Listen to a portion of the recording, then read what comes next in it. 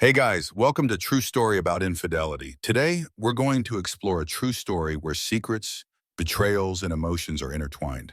Don't forget to prepare yourself mentally, because what we're about to tell may surprise, empathize, or even make you think deeply. Let's get started. Wife cheated and got her husband locked up, then received a shocking gift box from him and screamed. Jen cheated and got her husband James Smith locked up, then received a shocking gift box from him and screamed.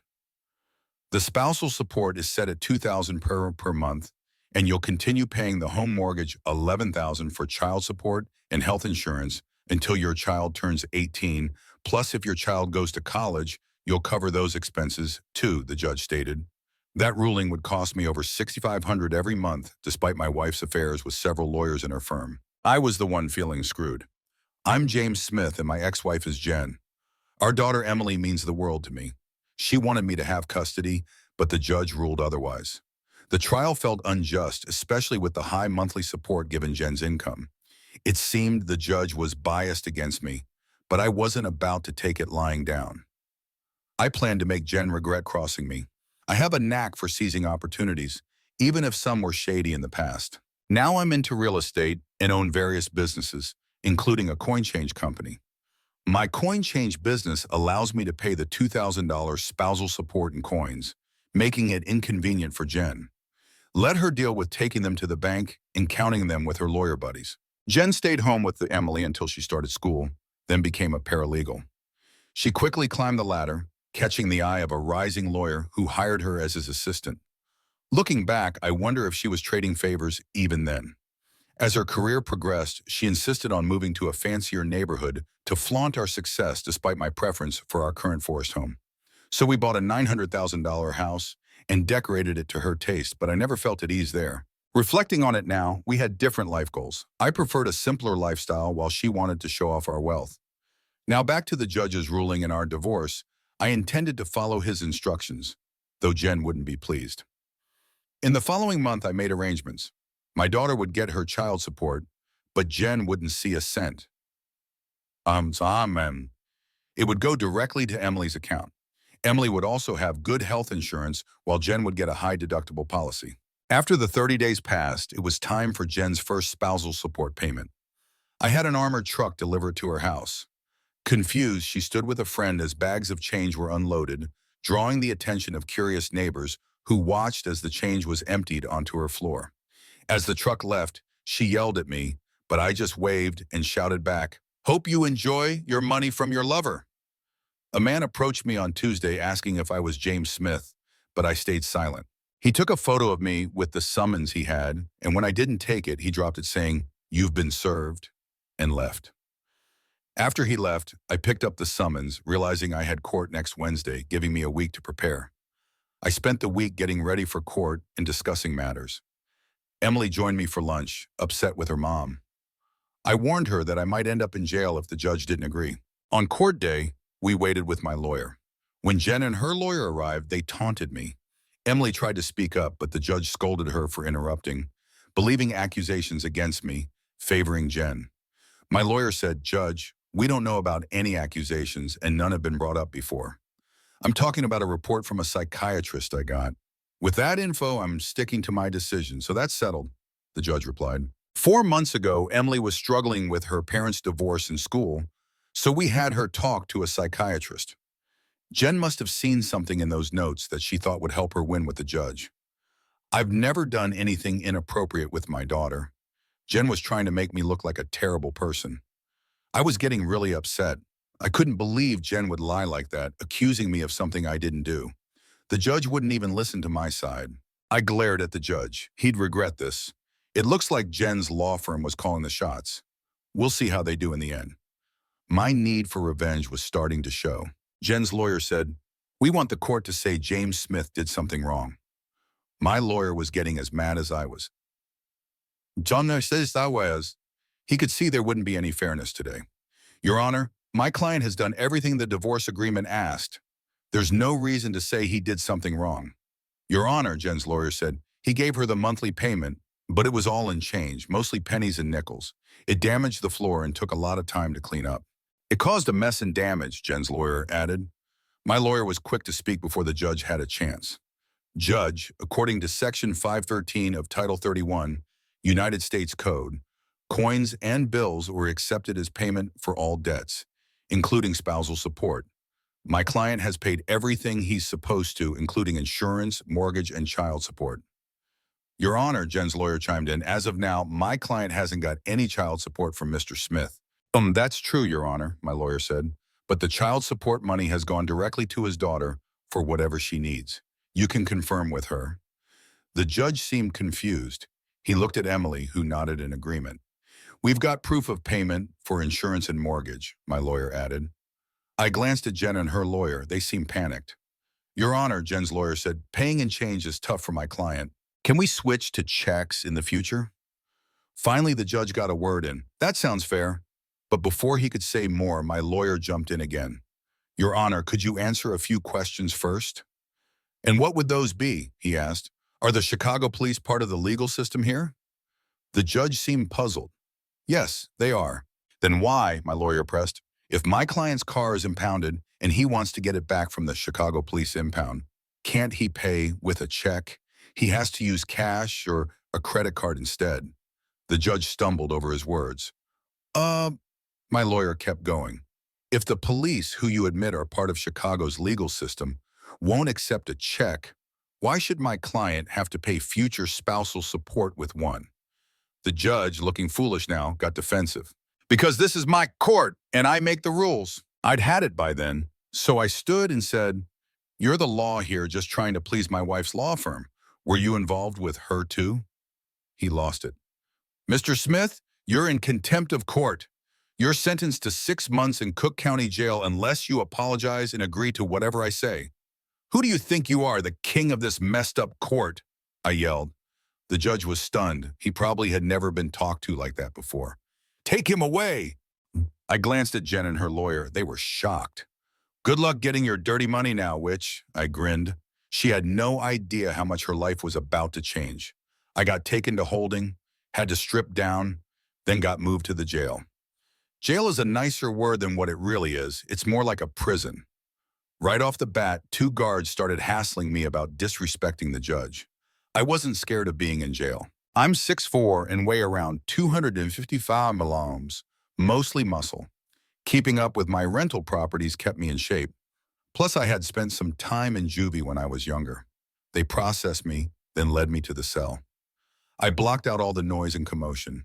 My plan was to keep to myself and watch my back. As long as nobody bothered me, I'd blend in. When they served dinner that night, I grabbed my tray and went through the line. I leaned against a wall, eating while checking out the other guys trying to act tough. Then, over the noise, I heard a voice I hadn't heard in years. Tex, said a familiar voice from my delinquent days. My street buddies called me Tex. Tex, said Robert Johnson, also known as Rob. What are you doing in here? As he came closer, all eyes turned to us. I set my tray down and gave him a bro hug, right hands clasped together and my other arm around his shoulders. Rob, man, it's good to see you. How have you been?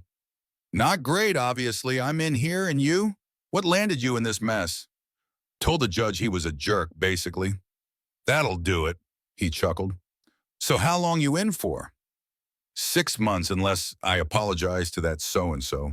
So 6 months, I guess. We talked, ate, and got some stares from the other inmates. Rob filled me in on what to expect. He promised to have my back, and I promised the same. We reminisced about the old days. After hearing all that, he asked, what's your plan with your ex, her partners, and the judge? Knowing me since I was young, back then revenge was always my go-to. That's why they called me Tex, because of Texas, like don't mess with Texas. Anyone who did paid for it. They'd think twice before messing with me again, and they'd spread the word too. So what went down with the judge, he asked. I basically told him he was trash. Damn, how'd he react, he asked. He took my daughter away even though she wanted to live with me, and then he practically accused me of hurting her. Damn, so what's your move? I've got some things cooking. I knew I might end up here, so I started planning weeks ago. Need any help? He offered. Maybe not sure yet, but it's good to have a friend in here. I'll introduce you to some of my buddies. It's important to have people you can trust to watch your back. That night, lying in bed, I questioned how things had come to this. Reflecting on my rough childhood with an abusive father and a passive mother, I realized the streets became my refuge. I joined a group of guys in similar situations.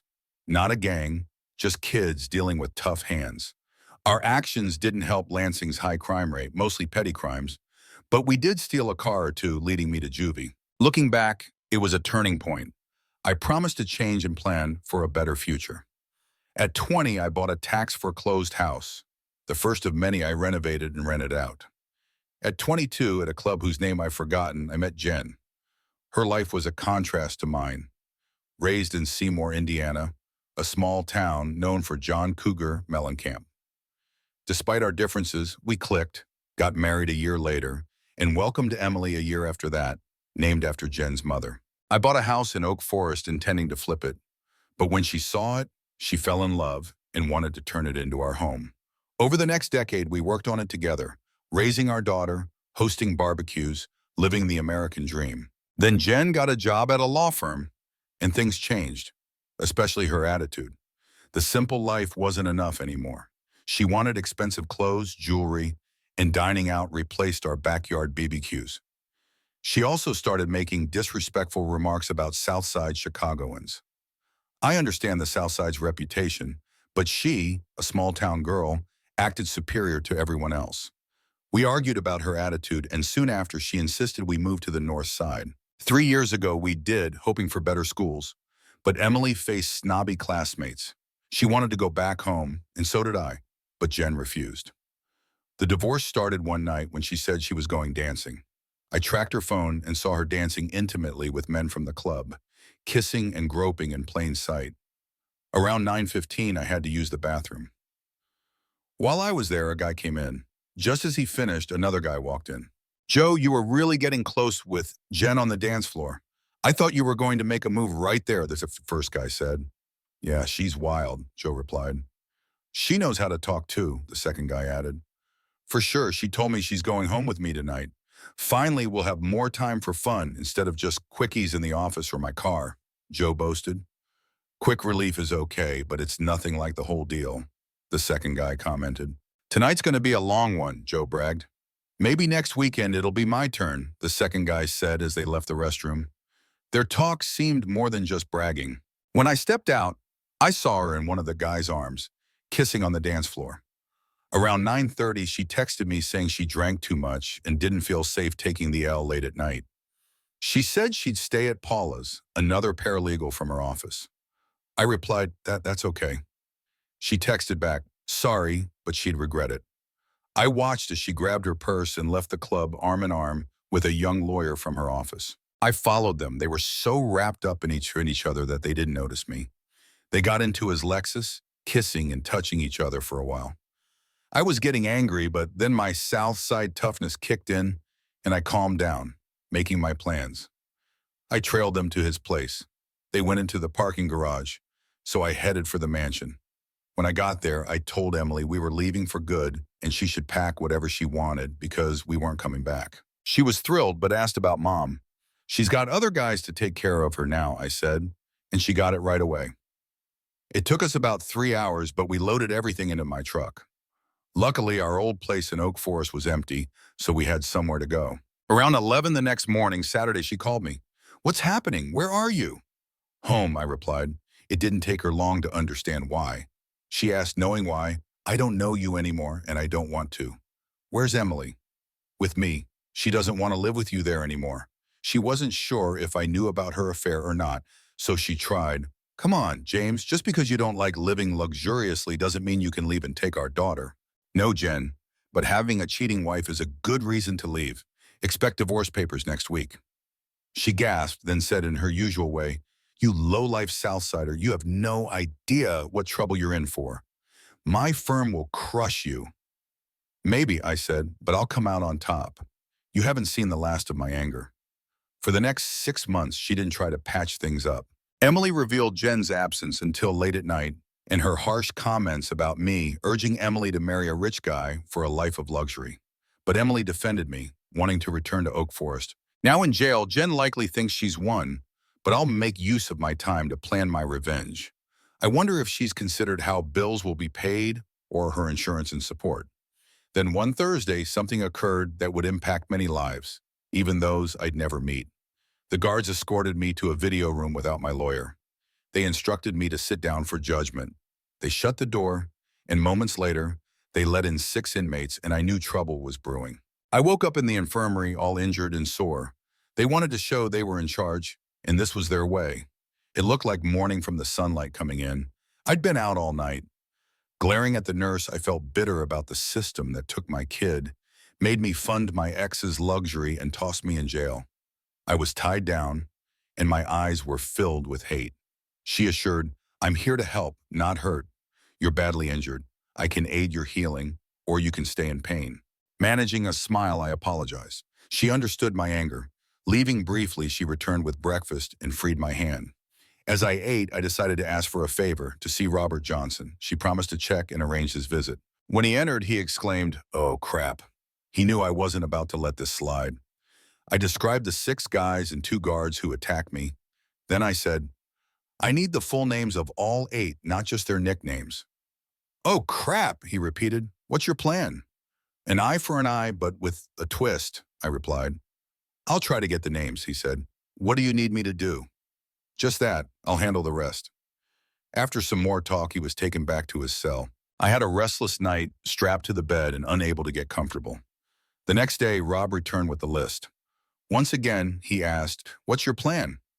"The less you know, the better," I replied. "Oh, crap," he muttered. The following day, Sunday, brought both good and bad surprises. Jen had come along with Emily. Jen spoke first. "So I see you're getting along with your fellow scum," she remarked. "What the heck do you want?" I snapped. "Emily insisted we visit you." "Ready to apologize and be reasonable?" she asked. "No way. And what's this nonsense about me and Emily?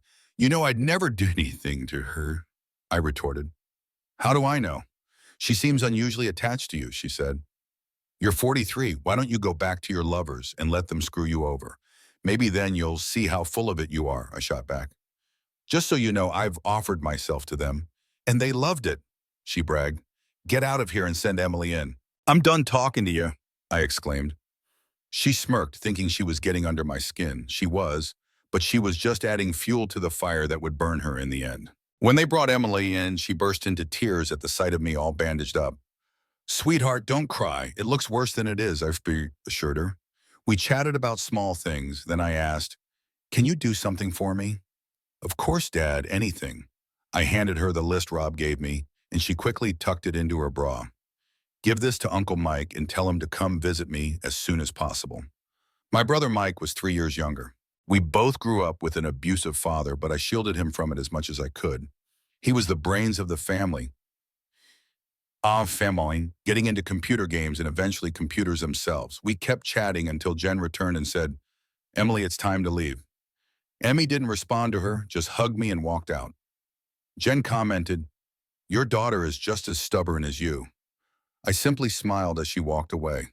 On Tuesday, Mike came to visit. He was surprised by how I looked. "You're looking better than you did last Friday," I joked. "I'm glad I waited," he quipped back. Then he started talking to me in our secret language, the one we made up when we were kids to talk about Dad without them understanding.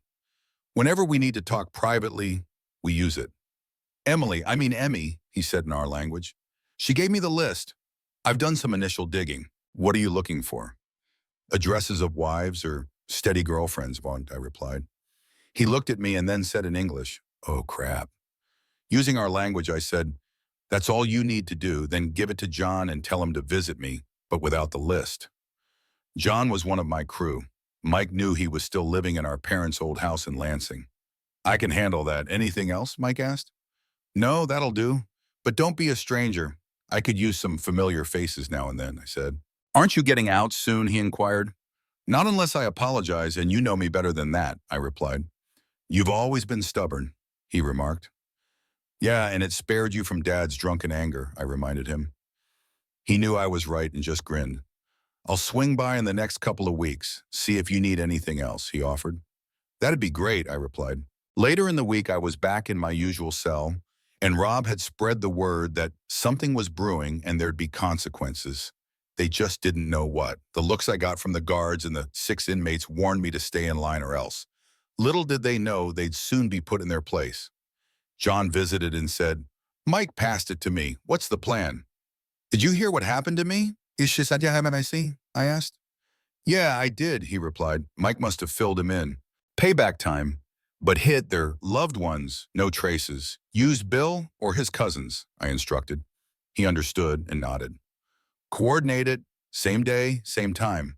Make sure they're told, 'Don't mess with Texas,'" I added. "I'll get some help," he assured before leaving. He'd exact revenge soon, ensuring they couldn't trace it back, but they'd know why. A week passed with no word. I awaited my daughter's visit, dreading seeing Jen. Tuesday morning, I noticed the guards were absent, unusual for a weekday, and one of the 6 inmates seemed distracted and upset. It must have happened yesterday, I figured. I told Rob to spread the word, "Don't mess with Texas." Soon, inmates were calling me T. Within days, the 6 inmates were glaring at me, and the guards watched closely, but Rob's crew had my back. When one of the 6 inmates approached, 8 of my allies surrounded us. "Well, you scum, my girl dumped me because of you," he said. "Don't mess with Texas," he spat. "Uh-huh." I smiled. "Sounds like sound advice. I warned you, now your ladies know how it feels. An eye for an eye with a twist. You hurt me, I hurt the ones you love. Tell them next time it'll be their moms." His eyes widened and he hurried back to his friends.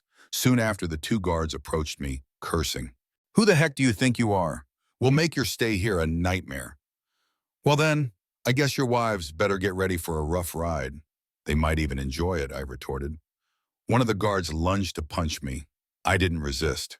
After enduring his blows for a couple of minutes, another guard intervened and pulled him away. Many inmates witnessed the altercation, as did the cameras, I'm sure. I was taken back to the infirmary, where Mary, the nurse who treated me before, greeted me. "So we've got a troublemaker, huh?" she remarked. "I didn't throw any punches. The guard just attacked me," I explained. "Well, there will be an investigation this time. There were too many witnesses. He'll likely lose his job over it," she assured. "One less jerk guard," I muttered. "Those guards are here to keep you safe, whether you like it or not," Mary countered. "He sure didn't keep me safe last time. In fact, he let it happen," I shot back. After she bandaged me up, Mary said I'd need to stay overnight for observation. I wondered if she just wanted to check out my battered face. The guard was suspended pending investigation. The other guard gave me stern looks, but hesitated to confront me. Maybe he got the message, "Don't mess with Texas." It had been 3 weeks since Emmy visited, and I was worried. Finally, Mike stopped by and informed me that Jen was refusing to bring Emmy for a visit. That infuriated me even more. My ex-wife was keeping my daughter away from me. At the end of the month, Jen showed up, almost leaving Emmy in the car. But Emmy refused to budge no matter how much yelling and screaming Jen did. Jen stormed in, already mad. "Your daughter is impossible. She hardly talks to me. She's just as stubborn as you. You said the same thing last time. Why don't you get the judge to change his mind and give me custody of her?" "I'd gladly take her off your hands," I suggested. "You're not getting her. She needs to go to a good school to succeed," Jen insisted. "Oak Forest is a good school and she liked it," I argued. "It's nothing compared to Wilmette. She's getting a top-notch education and networking opportunities there," Jen shot back. "Our daughter will find her own path. She doesn't need to rely on anyone else," I countered. "You're just too stubborn to see the benefits," Jen accused. "We've had this argument countless times. You won't change my mind, and I won't change yours. Why did you come here anyway?" "It wasn't to bring Emmy to me," I challenged. "Her name is Emily, not Emmy.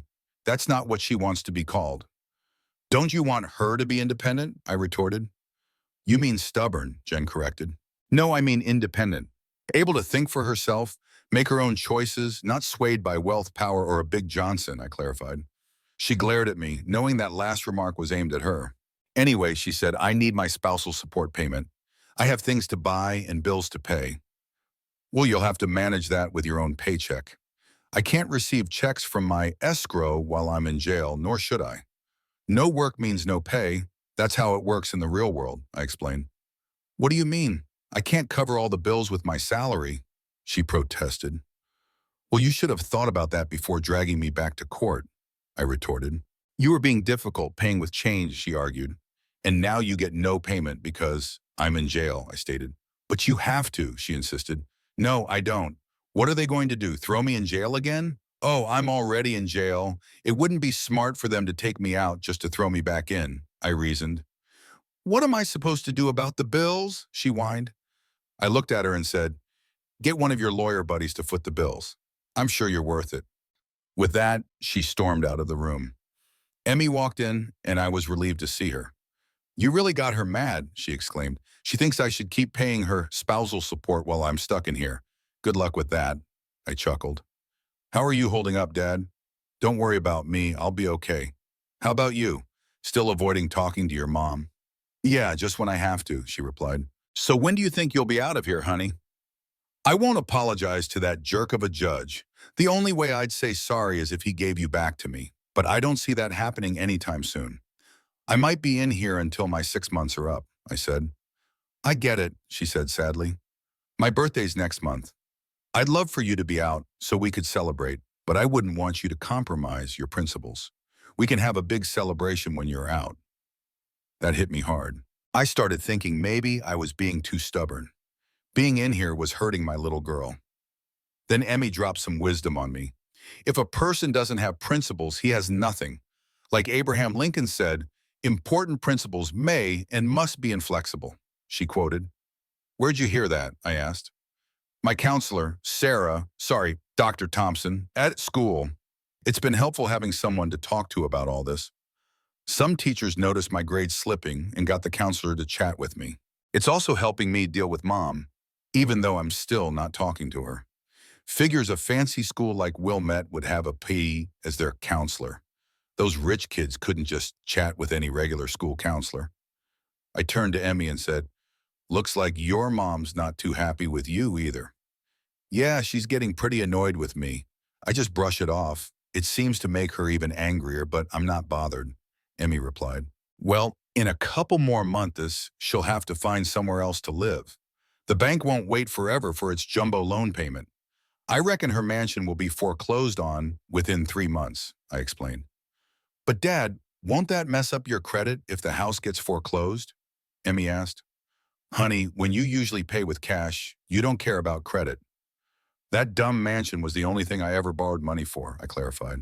Really? Wow, Dad, even with all your rental properties and other businesses, you never took out a loan? Emmy marveled. I used cash from the others to buy new ones, I revealed.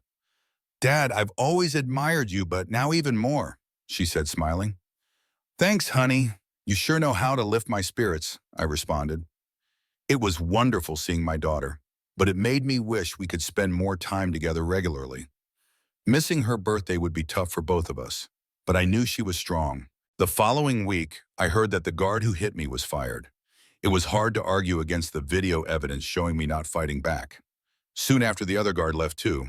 I'm not sure if he got transferred, but at least he was gone. Many inmates thanked me for getting rid of the bad guards. I think I gained some respect, and more people started calling me Tex after that. I had fewer problems. The 6 inmates were still angry with me. I heard that one of their wives filed for divorce, and 3 others got dumped by their girlfriends. Maybe foolish people can learn with the threat of more revenge. With my improved standing among the inmates, they knew better than to mess with me. A couple of weeks later, I received a summons to meet with the judge in the video room. I told the guard I wouldn't meet anyone without my lawyer. He insisted the judge was waiting, but I stood my ground. I wanted my lawyer present, and if needed, they could reschedule because my schedule was open. I was informed 3 days later that the meeting was scheduled for the following week. I requested a half-hour session with my lawyer before the meeting for discussion. They arranged it, and my lawyer and I met to strategize.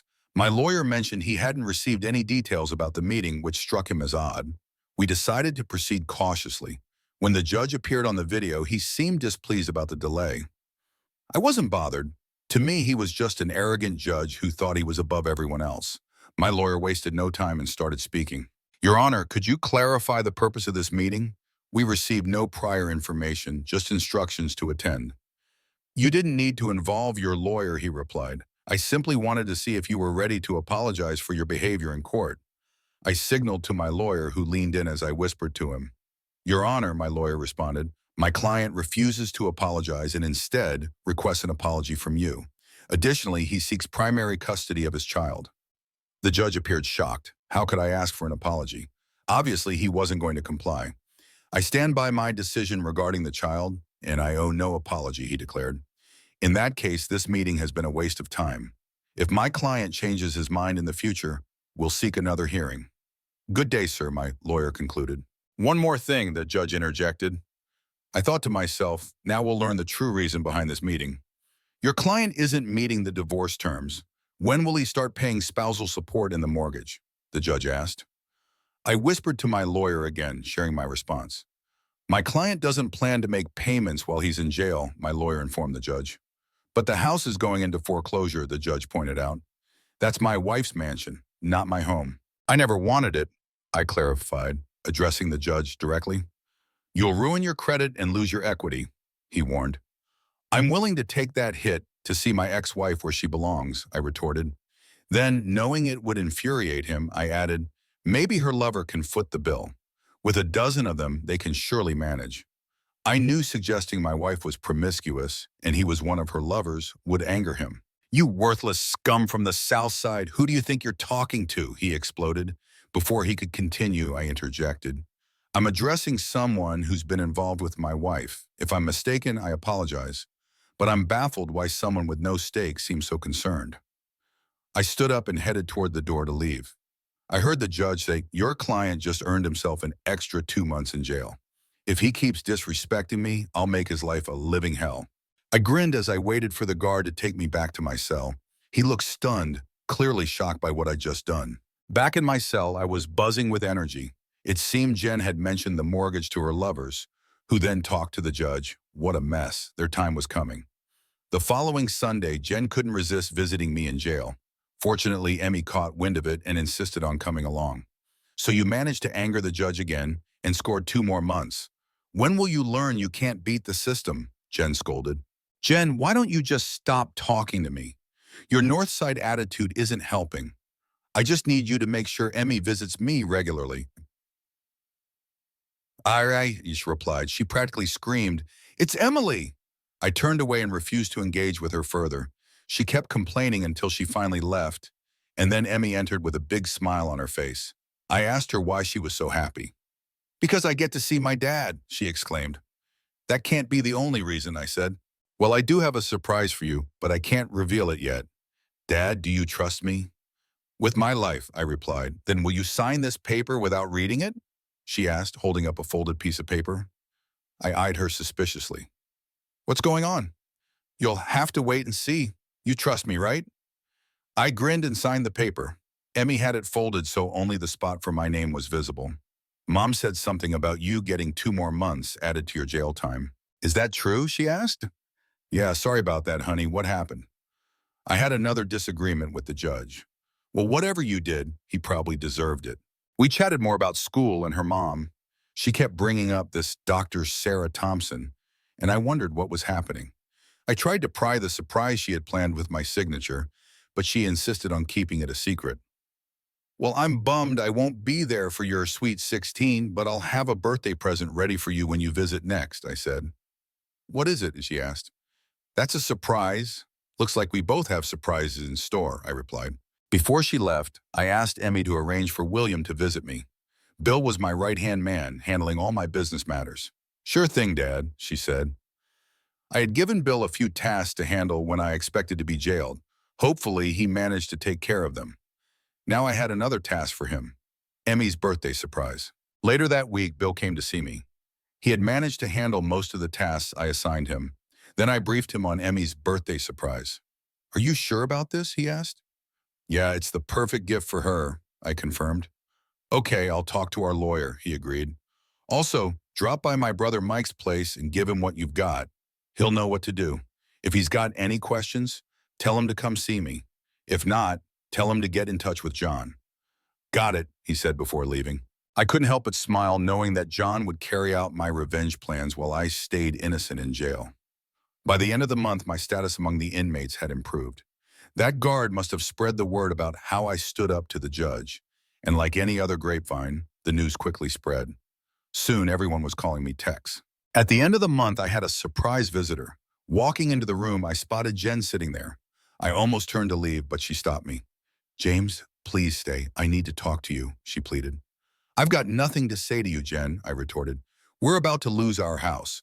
Please, you have to give me some money to stop the foreclosure, she begged. Jen, that house is yours. I never wanted it, but you kept insisting until I gave in. It means nothing to me, and with the market down, we've got no equity in it. Let the bank take it, I said firmly. You can't do that, James. You have to help me, she insisted. Go ask your friends for help. I'm sure they've got enough money. Then you can be the person you truly are, I snapped. Why are you doing this? She cried. Why did you lie to the judge about me molesting our daughter? I fired back. She was speechless. She knew she'd wronged me. Sobbing, she broke down and I walked out, feeling relieved to have spoken my mind. On the way back to my cell, the guard got a call and was told to bring me back. Expecting to see Jen begging for help again, I was surprised to find Emmy. Emmy, your mom didn't tell me she brought you, I said. I wouldn't let her come alone, she replied. I'm sorry I missed your birthday, I told her, but I've got a present for you regardless. Dad, I knew you wouldn't be there, and it's okay. I still love you, and you don't have to give me anything, she assured me. What an amazing daughter I have, I thought. Well, I don't have it with me, but I can tell you what it is. Emmy, the Oak Forest home is yours. It's going into a trust for you until you're an adult. And when I get out, can I stay there? Of course, I'll pay you rent, I promised her. Then John visited. Everything was set.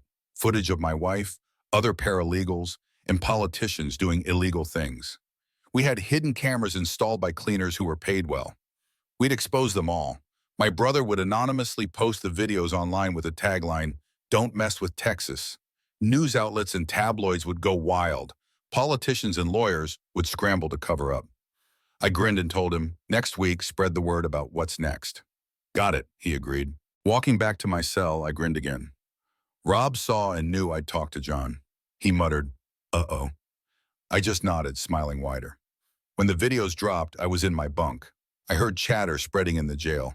Clearly, news had reached us. People were saying, don't mess with Texas. Surprisingly, the big guy, one of the 6 inmates, came to my cell.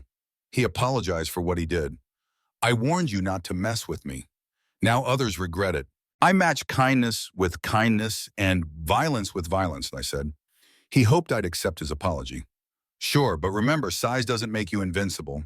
He nodded and left. 3 days later, I was called by the judge. My lawyer was on the way. In the video room waiting for the judge, my lawyer smirked. Wonder what this is about. Time will tell, I grinned. He muttered, uh-oh. When the judge appeared, furious, accusing me, he yelled, you did this. I deadpanned. What are you talking about? You're Tex, right?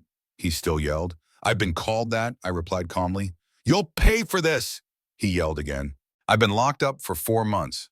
How could I have done anything, I stated. You have friends. We all have friends, Your Honor, I retorted sarcastically. You won't get away with this, he spat. I don't know, Judge. You might lose your job soon and your wife divorcing you, I countered. Call off your dogs, he demanded. Now you're calling my friends dogs. They might not like that. Corner a dog. You might get bit, I warned. Are you threatening me? He questioned. No, just stating an old saying, I clarified. I'll make your life hell. Watch your back when you get out. You'll answer to people who don't care about you, and I'll be happy with whatever happens, he threatened before cutting off. I turned to my lawyer. Got that? Sure did, he nodded, showing his phone. More evidence. The Bar Association will want to know. Intimidation's a felony in Illinois. A few days later, Jen visited again. Oh, it's you. I thought I made it clear I had nothing to say, I remarked. You bastard, she yelled. What's wrong? I asked calmly. You got me fired. My face is everywhere because of you. How could you? She complained. You did it? Not me, I countered. Do you hate me that much? Yeah, and all your lawyer buddies who think they're above everyone else, I retorted. You used to be a nice small-town girl with a great personality. Now you're just a selfish city snob, I continued. What do I do now? No job, and nobody wants to hire me, she lamented. Maybe move back home with your folks and start over, I suggested. I can't. The local paper is calling me the center of a Chicago scandal. My parents are retiring early and moving to Florida to avoid the gossip, she explained. Florida might suit you, far away from me, I remarked. But they don't want me either. They barely talk to me, she sighed. Maybe it's your fault if both your parents and daughter don't want to be around you, I said. You should move and start fresh. Just don't take Emmy with you. I'll fight for custody once I'm out. With your reputation, they'll reconsider you as a moral example. You can't do that. She's all I have, she protested. I don't care. You did this to yourself. We had a good life until you messed around. Maybe you could become a companion for one of your lawyer buddies. At almost 40, you might still find a market, I taunted. She looked pained, her head dropping to the table as she cried. Tough luck, I remarked. Did you bring Emmy? She got mad, saying, It's Emily, and no, she's with her doctor friend. She snapped. Then there's nothing more to talk about. Don't bother coming back unless you bring Emily, I said, walking away. This time I didn't feel smug. I felt sorry for her. She was shattered. The next day I watched a news report. A fire had broken out on the top floor of a downtown office building, gutting it. The lower floors were saved by sprinklers. I couldn't help but smile. Mike visited me the following day, saying the law firm's off-site server cracked, losing all their data. Again, I just smiled. A couple of weeks later, Emmy came to see me, beaming. She must have convinced her mom to bring her. She looked happier than ever. Emmy, I greeted her. You seem so happy. What's up? I finally finished your surprise. You'll never guess, she exclaimed. Well, from our last chat, it sounds like it involves the Oak Forest house. Did you and your mom move back there? I guessed. Close, she replied cryptically. I was confused. What do you mean? Mom's getting kicked out of the Wilmette house, and I'm moving to Oak Forest, she revealed. How's that possible? The court gave your mom custody until you're an adult, I reminded her. That's the surprise. I got emancipated, she announced. With the house in trust for me, it was easy. I needed a safe place, and our old neighborhood is perfect. So you're legally an adult now? I clarified, still trying to wrap my head around it. Yeah, when the school got tough due to home issues, Dr. Thompson helped me out. Once you're out, we can go back home. I'm excited to return to high school in Oak Forest, already caught up with old friends. They're eager for school to start. Mom mentioned you spending time with your counselor. I'd like to meet Sarah, I said, wary of an older guy's attention to my daughter. You're in luck. Sarah brought me here today, Emmy replied. My concerns spiked. She was driving her around Chicago? I'll be right back, she said, heading for the door. I needed to tread carefully. How to let Sarah know her boundaries with my daughter without upsetting Emmy. When Emmy returned, she wasn't alone. A stunning woman followed her, smiling at me. Sarah? Haven't heard that name in 20 years, she replied. Sarah Thompson grew up in my neighborhood. We went to school together. Emmy looked puzzled. Dad, how do you know Dr. Thompson? Sarah and I were neighbors. We didn't hang out much, I explained. And you were a troublemaker back then, she teased. Seems not much has changed. I flushed. Some things never change. That makes sense, she said. Should I start calling you Tex? Why Tex? Emmy asked. It was his nickname growing up. He wasn't one to let things slide. Your mom's done him wrong, and I bet he's behind the law firm mess, she speculated. I plead the fifth, I joked. Before we continue, I hope you don't mind me spending time with Emily, she asked. It's Emmy, Emmy corrected. Oops, my bad, she apologized. When I first talked to Emmy 9 months ago, she was upset. I noticed her last name, Smith, not common. When I saw her dad's name was James, I thought of you, Tex. When she mentioned you were in jail, I was pretty sure. I wasn't great back then, I admitted. You must have turned things around to have a place in Wilmette, she observed. It's just a house, not home, I clarified. Our real home's in Oak Forest, Emmy interjected. South side, but better than where we grew up, Sarah added. Yeah, wish we stayed there. Maybe things would be different, I reflected sadly. It was true. If Jen had been satisfied, we'd still be together. After chatting, I thanked Sarah for helping Emmy. No problem, Tex. She's like family, Sarah replied. I've grown attached. Thanks again, I said. When you're out, let me grab dinner, she suggested. I'll make sure of it if I ever get out, I said with a sigh. The following 2 weeks passed by without any changes, just the usual routine in jail. Emmy and Sarah visited both Sundays, which I appreciated. Sarah really looked after Emmy. She mentioned that Sarah helped her decorate the house, buying new furniture and decor. When I asked about the money, Emmy said, Uncle Mike's helping out, and I have my own savings, remember? Yeah, I just didn't want Sarah footing the bill, I replied. She's been great, but no, she hasn't paid for anything, Emmy reassured. I hope it's not all girly stuff. I want to feel at home there, I mentioned.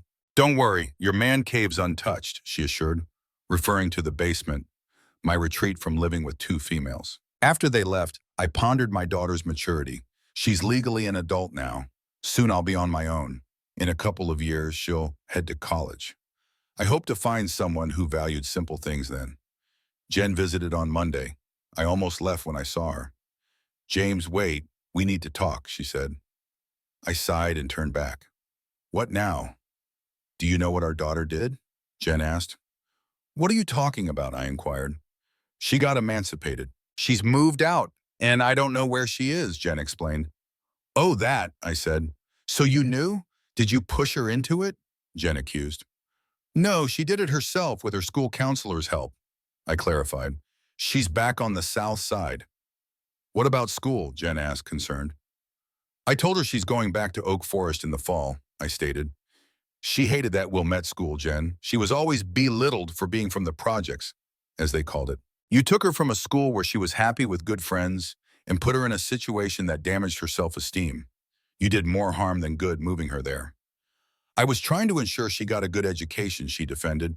Kids learn from their parents' example more than in a classroom. We taught her life's lessons. What do you think your example teaches her? I hope it shows her what not to do. Our job is to raise responsible adults. I hope we've done that despite our failures, especially in our marriage, I reflected. It wasn't all bad, she countered, but it ended up that way. I hope you find what you're looking for. Clearly, I didn't have it, I responded. Seeing her sorrow and regret, I left the table, feeling sorry for her once more. Finally, the day came for my release. I was summoned to court. Emmy, Sarah, and Jen were there. As I waited for the judge, I wondered what he'd say. I wasn't going to apologize. We rose as the judge entered. It wasn't the same one. Maybe the other lost his job. After reviewing the facts, the judge addressed me. Mr. Smith, what do you have to say for yourself? I've served my initial 6 months plus an extra 2, I replied. You could have apologized, been freed, he reminded. I didn't feel the other judge deserved my apology, so I completed his sentence, I stated. You're stubborn, the judge remarked. I prefer strong-willed. It's helped me in business life, I retorted. Your divorce settlement stands, and you'll need to pay restitution for the time not served, the judge concluded. Then my lawyer chimed in. Your Honor, my client is willing to pay what he owes. Our calculation comes to just under $20,000. Today, he'll pay her the full $2,000 in understanding that he's met his financial obligations and won't owe anymore. Jen stood up in protest. What? You owe me more than that. You need to keep paying until Emily turns 18. The judge intervened sternly. Miss, I'll handle all matters in my courtroom. Now, counselor, explain your calculations. My client paid the initial spousal support, mortgage, and insurance, as well as supported his daughter financially during his time in jail. He couldn't pay spousal support or the mortgage because he wasn't employed. Now that he can work, he can start earning again, my lawyer explained. After reviewing the facts, the judge remarked, your client was incarcerated for 8 months. Just the spousal support would be $16,000, not to mention the mortgage. Your Honor, the court order stated until minor child becomes a legal adult. The child in question has been emancipated for the last 3 months, as documented. The house was foreclosed upon 3 months ago, so there couldn't be payments on a non-existent loan. The total owed is $1,782. He'll pay her $20,000 and consider all ties severed, my lawyer clarified. The judge scrutinized the documents and our calculations. He couldn't dispute the facts presented. I'll need to do further research on this. If what you've presented is accurate, then I'll accept this amount. Then he addressed both Jen and me. You share a child, also. Despite her legal status, she's still a teenager with needs. You both need to be civil for her sake. And Mr. Smith, you should extend that civility to others involved in your divorce. Can I get your word on that? Yes, Your Honor, I acknowledged. Mrs. Smith, the judge addressed. Yes, Your Honor, she replied. And Emily? He looked at Emmy in the gallery. It's Emmy, but yes, Your Honor, she clarified. Then unless these figures prove false, I'll close this case. Mr. Smith, you're free to go, the judge declared. Thank you, Your Honor, my lawyer expressed gratitude. As we left, Emmy rushed over and hugged me tightly while Sarah stood nearby, smiling. I noticed Jen glaring at us. She then approached me exclaiming, $20,000? That's it? That's unfair. Why? You chose your new partners over me. They can support you now. I responded calmly. You can't do this to me, she protested. Jen, let's be civil for Emmy's sake, I urged. It's Emily, she snapped. Our daughter, I reiterated. Okay, what am I supposed to do? I have nothing, she lamented. You'll find another job and I can help with housing. I have a rental you can stay in rent-free for 6 months, I offered. Move back to the south side, she whined. It's free, Jen. Can't argue with that, I reasoned. Oh, she sighed in frustration.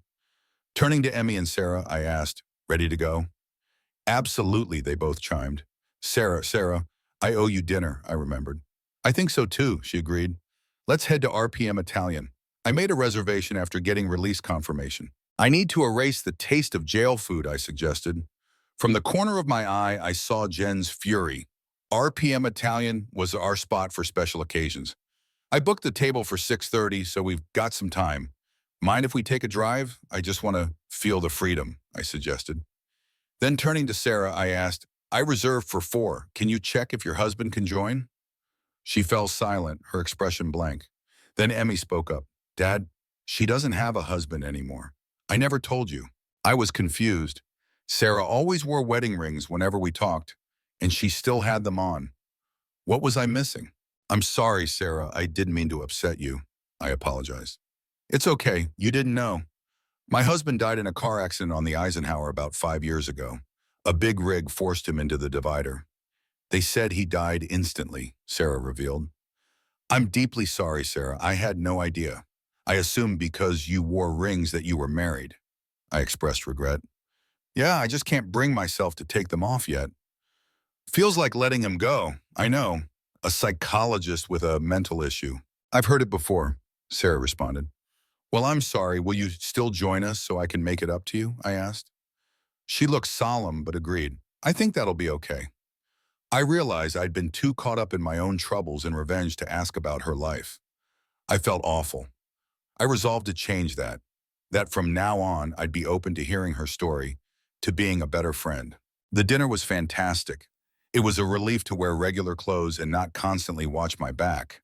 But being free felt a bit strange after 8 months. By the end of the meal, I felt more at ease.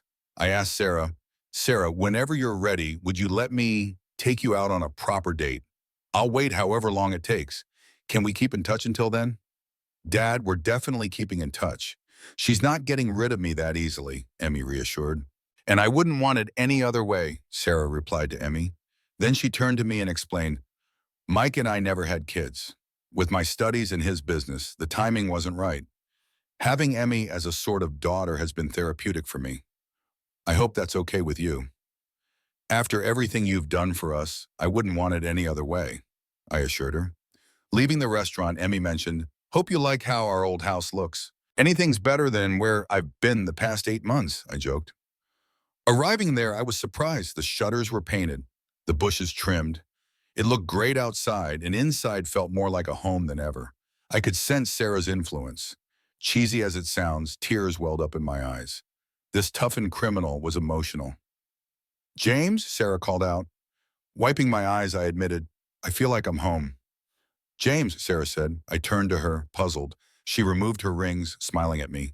Unable to resist, I smiled back and we hugged. 10 lawyers, 4 paralegals, 6 politicians, and a judge saw their careers and marriages destroyed because of the events surrounding my divorce and its aftermath. Whether seen as stubborn or strong-willed, sometimes sticking to your principles pays off. On a positive note, Emmy gained a new mother as well as a younger brother and sister, both about 18 years her junior. They were twins named Michael and Sarah, and I found it fitting to name them after the person who helped me start anew. As for Jen, she married a wealthy lawyer, perhaps finally achieving what she desired. While I believed we had everything, a loving family, a nice home, in a good neighborhood, a healthy child, in a successful business that alleviated financial concerns, she seemed to crave status above all else. Now she has that status, married to a rich lawyer, residing in a large house in Winnetka. However, she also has a husband who is a disrespectful womanizer, using her for appearances rather than genuine affection. I hope she's content. I know I am. The story of James Smith, Jennifer, and Emily is an emotional journey of betrayal, perseverance, revenge, and ultimately redemption through the love of family. Its meaning can be understood in many profound ways. The power of perseverance and personal principles. James Smith is a model of a man who will not bow to injustice, even at the cost of his freedom or fortune. He refuses to apologize to the judge who favored Jennifer, even though it could shorten his prison term, demonstrating that principles are sometimes more important than temporary comfort. His nickname, Tex, and the phrase "don't mess with Texas" become symbols of his toughness, emphasizing that anyone who messes with him will face the consequences. The consequences of betrayal and blind ambition. Jennifer, through her adultery and desire for social status, destroys her once happy family. Her choices not only cost her James and Emily, but also her reputation and finances when James strikes back. The story implies that dishonesty and greed can have a high price, far beyond what one initially expected. Jennifer's eventual life, married to a wealthy but unhappy lawyer, is a testament to the pursuit of material things at the expense of spiritual values. Personal justice and the boundaries of revenge. When the legal system fails James, he takes it upon himself to deliver justice by sending support payments and coins, arranging for the compromat video to be leaked, and making everyone involved in his divorce, from Jennifer, the lawyer, to the judge, pay. This raises the question of the line between justice and revenge. Are James' actions justified or just personal rage? However, his success in defending his honor and reclaiming what is important, like Emily, shows that people sometimes have to fight for themselves when the system fails. Family love is a source of healing power. The relationship between James and Emily is the heart of the story. Despite being torn apart by the court's decision and Jennifer's manipulations, their love for each other is not diminished. Emily frees herself from her mother to return to her father, demonstrating her loyalty and inner strength. The appearance of Sarah Thompson, an old friend who becomes a support for both James and Emily, brings hope for a new family. The later naming of the twins, Michael and Sarah, symbolizes rebirth from suffering, emphasizing that family can overcome any adversity. The contrast between material and spiritual values. Jennifer abandons the simple life in Oak Forest for the luxury of Wilmette, but ends up alone in a loveless marriage. In contrast, James and Emily find happiness in returning to their home in Oak Forest, a place that holds their memories and true values.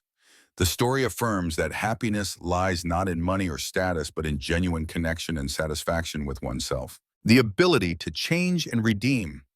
James, a former rebel in his youth, turns his difficult past into motivation to build a better life. Despite his vengeful nature, he also shows compassion, as when he offers Jennifer a free place to stay in a rented house after she loses everything. This shows the balance between toughness and kindness, and implies that everyone has a chance to start over if they acknowledge their mistakes. In short, the story conveys the message that standing firm in one's values, even in adversity, can lead to spiritual and practical victory. It warns of the consequences of betrayal and blind ambition, and celebrates the power of family love to overcome suffering. James's journey from betrayed to victorious, alongside Emily and Sarah, is proof that sometimes "don't mess with Texas" is not just a warning, but also an affirmation of resilience and self-respect.